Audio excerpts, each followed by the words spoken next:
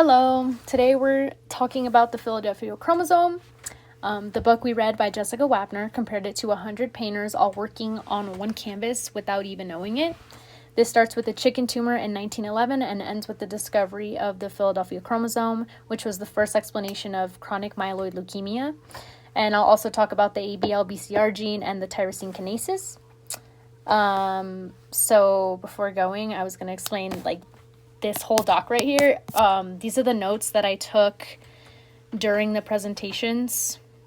We were the first group to go, so this is kind of all the stuff we talked about and read in our chapters, and then the rest of this is just, it goes all the way to 34, 35, so it's just the rest of the presentations that I took during. So this is going to be kind of my presentation aspect. So I hope that's okay, but whatever I'm talking about here, I'll have a section for it. And then sort of visuals. Don't know why that's there. But yeah, I'll have visuals for that. Okay. All right, so this is the first section we have here. So the story begins with Peyton Roos in 1911. He took a tumor from a chicken, basically filtered out all the cells and had the remaining liquid that he injected into a healthy chicken, and the chicken ended up also getting a tumor. And this showed that something tiny, which we now know was a virus, could cause cancer. And Jessica Wapner talks about and explains how even though scientists didn't understand genetics yet, Roos's results were an early sign that cancer might begin with changes to genetic material. And over the few next decades, more and more clues came from studying tumor viruses. Scientists like Howard Temin, and then David Baltimore is right here. I'll try to move down with this. Discovered that certain viruses use an enzyme called reverse transcriptase to insert their genetic material into a host cell's DNA. So this meant that viruses, they were called retroviruses, could permanently change a cell's genome. And discoveries like that laid the groundwork for understanding viral oncogenes. And this is where the ABL gene enters the story, I would say. In the 1970s, researchers studying a mouse leukemia virus found a gene that could transform cells and cause leukemia. So that section it's all a mess. Let's see. This section here, sort of, ish. Hopefully this is enough. So they called it the Abelson oncogene or the ABL gene. Scientists later learned that ABL codes for an enzyme called a tyrosine kinase. A tyrosine kinase acts like a switch that turns cell signaling pathways on by adding a phosphate to the proteins, which is kind of how I'll just zoom in on this. And when the switch works normally, it helps control cell growth. But when it gets stuck in the on position, it can drive cancer and cause unwanted cell growth. And that's what cancer is. This idea becomes extremely important later on in the Philadelphia chromosome story. So for example here, this is CML. This is not CML.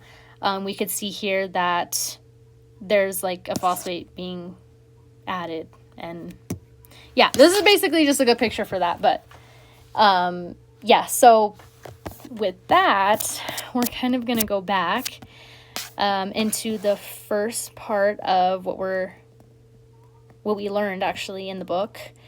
Now we're going to jump to Philadelphia around the 1960s. Peter Noel and David Hungerford were studying cells from patients with CML, and they kept seeing that the same strange shortened chromosome was in every patient with CML. They named it the Philadelphia chromosome, and Wapner points out that this work happened in a basement lab, so it wasn't really anything extravagant or not in a lab or anything. Simple equipment, cheap equipment. But it was the first time anyone linked a consistent chromosomal abnormality to a human cancer. So they're kind of the first ones who really started this, with the Philadelphia chromosome, of course. But yeah, with that, so that's what they discovered. moving down here more. Oh yeah, I was also going to say what they identified. Let's see. The Philadelphia chromosome was called PH1. I'm assuming, I don't know if so or not, but I would think there'd be like a PH2. I don't think we ever talked about any in the book, but that was to first signify the first, I just can't speak, I'm sorry, mutation or deletion. But yeah, moving down here, let's see, we gotta go to, yeah, here. So then we're going to talk about Janet Rowley. So in the book, they were talking about, Wapner was talking about new techniques of chromosome staining in England. So this kind of added to more, I guess, being able to examine and view the chromosomes. But yeah, in the early 1970s, new chromosome banding techniques from England, whatever, allowed for like better views of the chromosomes, and instead of seeing blurry shapes, they could finally see detailed patterns and bands. That's kind of what this drawing was supposed to be, but it sucks. But yeah, this helped the researchers take a better look at the Philadelphia chromosome that Noel and Hungerford had seen. So in 1972, Janet Rowley made a huge discovery. Let's move down here. When she re-examined the Philadelphia chromosome using the new banding methods, she realized it wasn't a missing genetic material, but instead it was part of the chromosomes, which was 9 and 22, had traded places with part of each other. This type of swap is called reciprocal translocation. I actually, which is right there, I have it worded, but I think I have like a picture of it. Yeah, I do. So this is kind of the, kind of keeping like not this, because we haven't really talked about that, but like this, or just like all of this. Looking at the actual chromosomes, that's what the reciprocal translocation is. And yeah, so for the reciprocal translocation, for this specific one, it would be chromosome 9 and 22.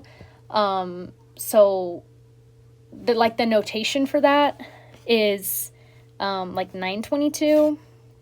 I also wrote that here, but I don't know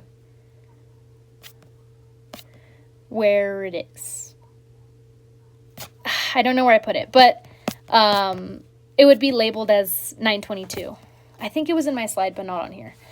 But basically from Janet Rowley, her work showed that cancer could come from precise genetic rearrangements, but not just chromosome damage.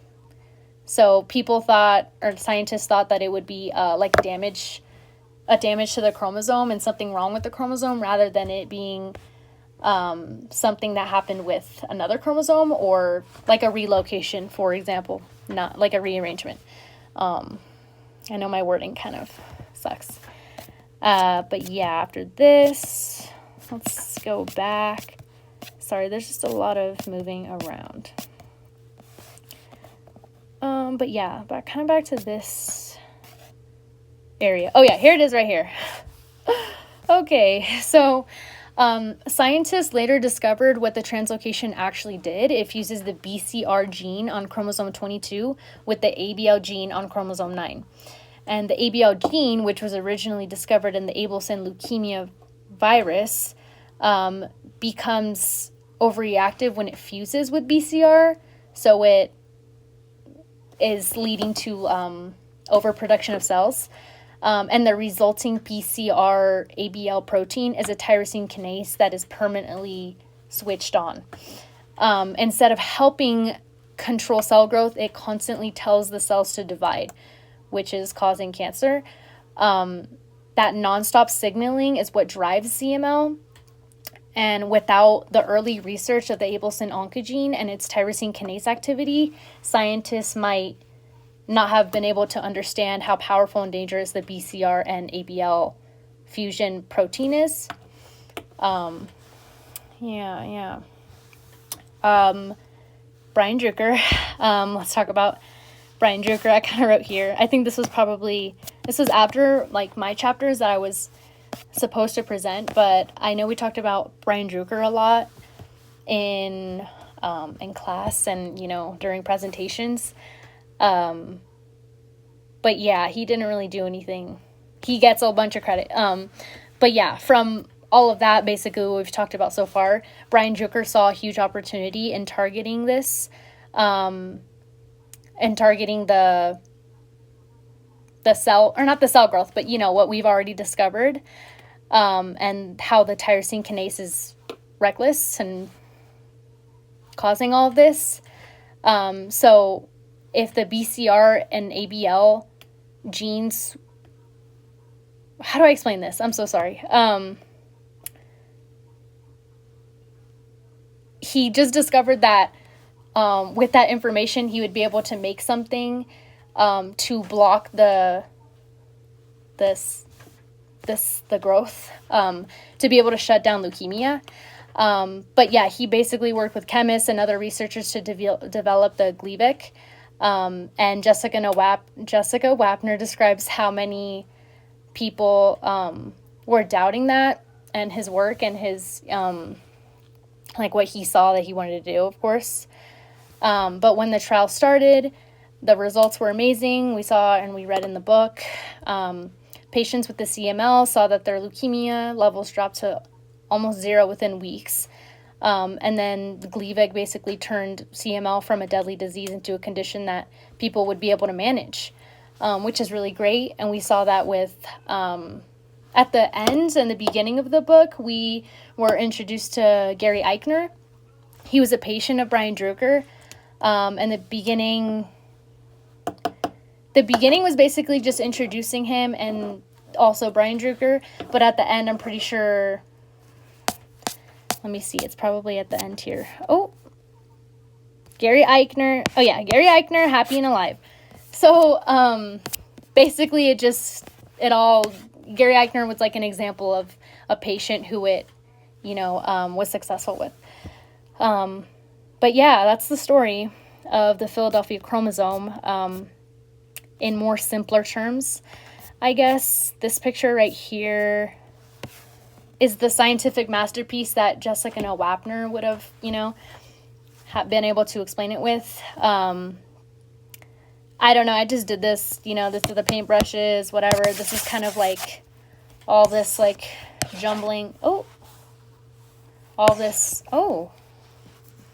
my pencil's not working. Oh no, this is bad. I think it's dead. But all this jumbling here would be the, I guess, the masterpiece, or like everyone doing everything at the same time.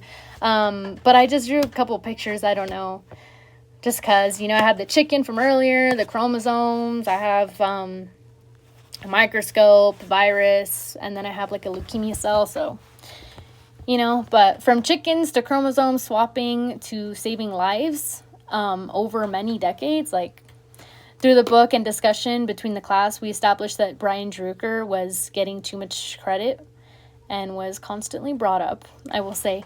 But in my opinion, or it's not even an opinion, it's not that he was a part of the discovery. He was just the guy who wanted to improve upon the findings and do something with it. But yeah, this story really is just like a big painting that sometimes ends up to be a masterpiece after all. But yeah, that's all I have. I hope that was okay.